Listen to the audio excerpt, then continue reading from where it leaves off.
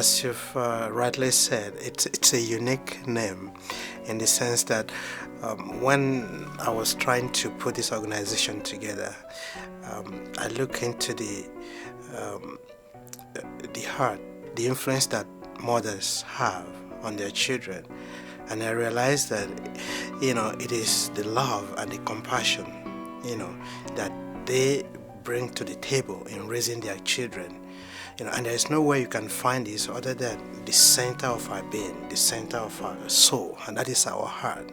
So that's where that name comes from, Great Mother Heart, because we realize that there is no great mother or good mother, any way you want to describe it, who doesn't have that loving and compassionate heart for their children. And that's how we came about that name. Yeah, recently I lost my mother, and it's about 2 years ago now. And when we were doing the burial ceremony, and I saw my mother lying in state, and I looked back, I reflected on her life and the much of inspiration that she brought to my life.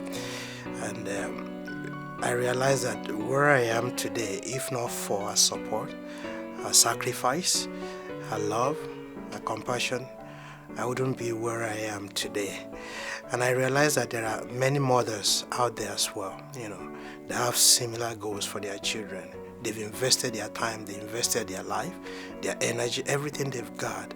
They pour those things into their children. So I realized there's no other way to let that legacy continue other than to set up this organization to celebrate those women that are doing great work of raising their kids, in a godly and loving fashion.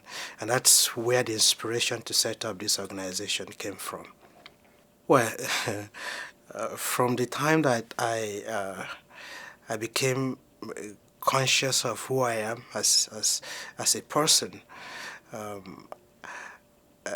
I I realized that she's the person that we're so close. She's so close to me. So I would say from that moment on, even to the time she passed away, it's every day is filled with great memories of you know of of great things that she did for me.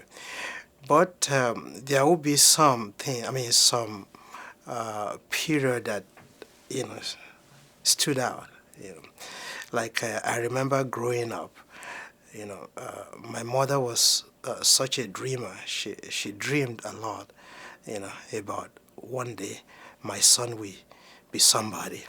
You know, if you consider where I grew up, it's a small, tiny village in Nigeria, West Africa.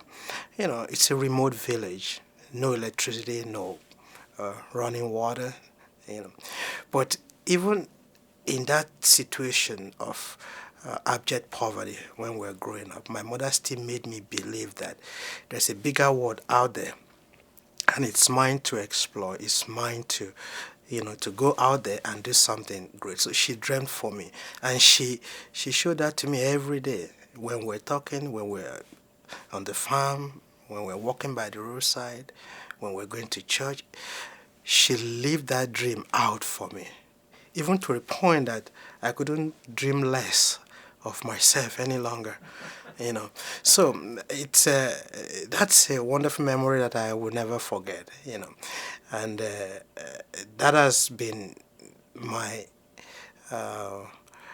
one of the great things I got from my mother, that you have the power to dream, you have the power to achieve. God has given you something inside of you. And the other thing is the life of faith she lived. I remember my first Bible when she bought it for me, even though she couldn't read, but she believed that my son can read. So she bought one, in our local language. She bought that Bible for me. That Bible was with me for a long, long time. It's like it's a treasure for me. So those are the memory that each time I look back, I have every reason to thank God for the type of mother she gave me. So yeah, those are part of my the memory that I have of her. I don't know if you have ever seen a typical village in Africa.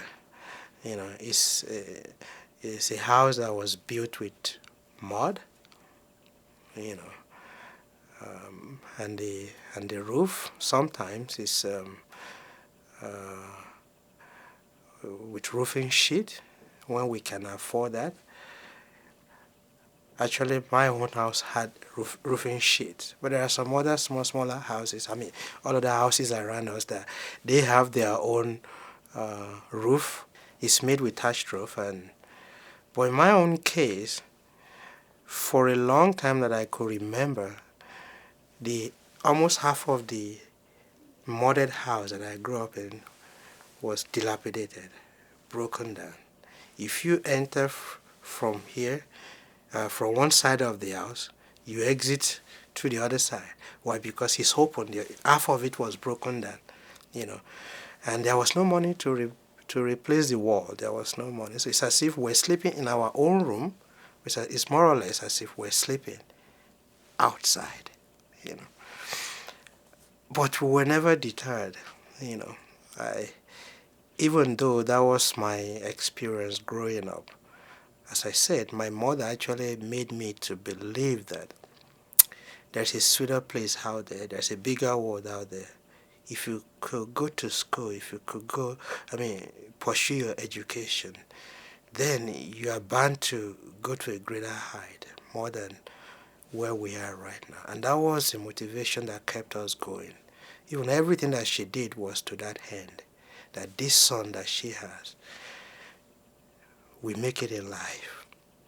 So now I have her to thank for that. You see, as I said, when we're living below $1, you know, below $1, we're living on that as mother and mom. Now I wanted to go to the university, you know. You know the cost, even though, well, the cost in my country is not as high as it is here. But that being said, for me to be able to go to the university, we had to to work on the farm. I would go and do the major work on the farm, you know, plant cassava, plant corn. Then my mother had to, when I was no longer home, my mother had to go on the farm to tend to those cassava, you know, to weed them out, to take care of it so that, you know, it can bring a good yield. And that what she did. She had to work on the farm to be able to raise money to buy books, money to buy clothing, because as at that time there was no tuition fee. You know, the Nigerian government was in charge of that. They pay for all those, so we didn't have to worry for tuition fees. You know, but there are other things that we had to spend on. You know, food, clothing, books, you know, accommodations on campus. She invested her time, her energy, her waking thought, everything about her. You know, everything about her thought was centered on me, that this boy must go to the university. Even though it's so strange, if I tell you how she came to know about there's a place called university, you'll be surprised how she got to know that. And she made up her mind that, you know, one day my son will be there. And she did that, and she spent all her energy, all her time, and all the God-given love and compassion that is you can only find in the heart of a good mother, a great mother. Around that time, in the early 80s,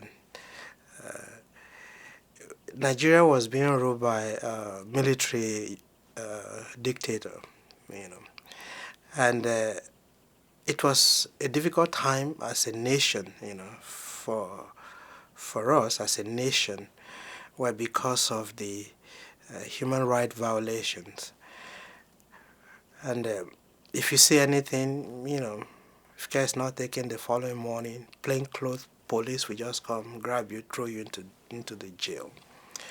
But as at that time, with the state of the nation, there were certain group of people that really withstood the government. We have these human rights activists. Not only that, we have this vibrant student union in Nigeria as at that time. And there's this university, which by God's grace I eventually attended. There's this university not far from my village. They will mobilize themselves, and they will drive in their buses, and they will go to another town to go and mobilize all other students, and they'll be chanting with this songs of solidarity, release our people, and they begin to fight the government. And so as they be going along that road, that same exit, that road, in my village, my mother would be asking, who are those people? Who are those people in those buses making those kind of noise? And they were singing. I would say, oh, those are university students from Ife. That's the town. So what are they doing? Who are they? I say, well, they are fighting government. So my mother would say, is there anybody that can fight government? Is there any group of people that can fight government? How strong could they be? Say, yeah, they are fighting government because government hasn't done something for them, or they think government has done something wrong, so they want to make it right. So they are going about to mobilize all other student groups in order. So my mother would say, oh, okay. So if there's any group of people like that has the audacity to be able to fight for what is right, then my son will be one of them one day. That's how she got to know that there's a place called university, higher education, And since that moment, that time, she walked every day to that end that I become one of them. Though not in the sense of becoming, in our own thinking, it's not for me to become an activist, so to say, but somebody who has all it takes to do and to say what is right, even in the face of opposition, like the military dictator that we had as at that time, So that was her. And that was it. And growing up, my mother would say, you know what? When you finish one level of education, I don't know what is next, but just ask people out there, come and tell me. If the only thing I had to do is to sell this shirt that I'm wearing, I'm willing to sell it for us to get that money for you to attend us. And that is it.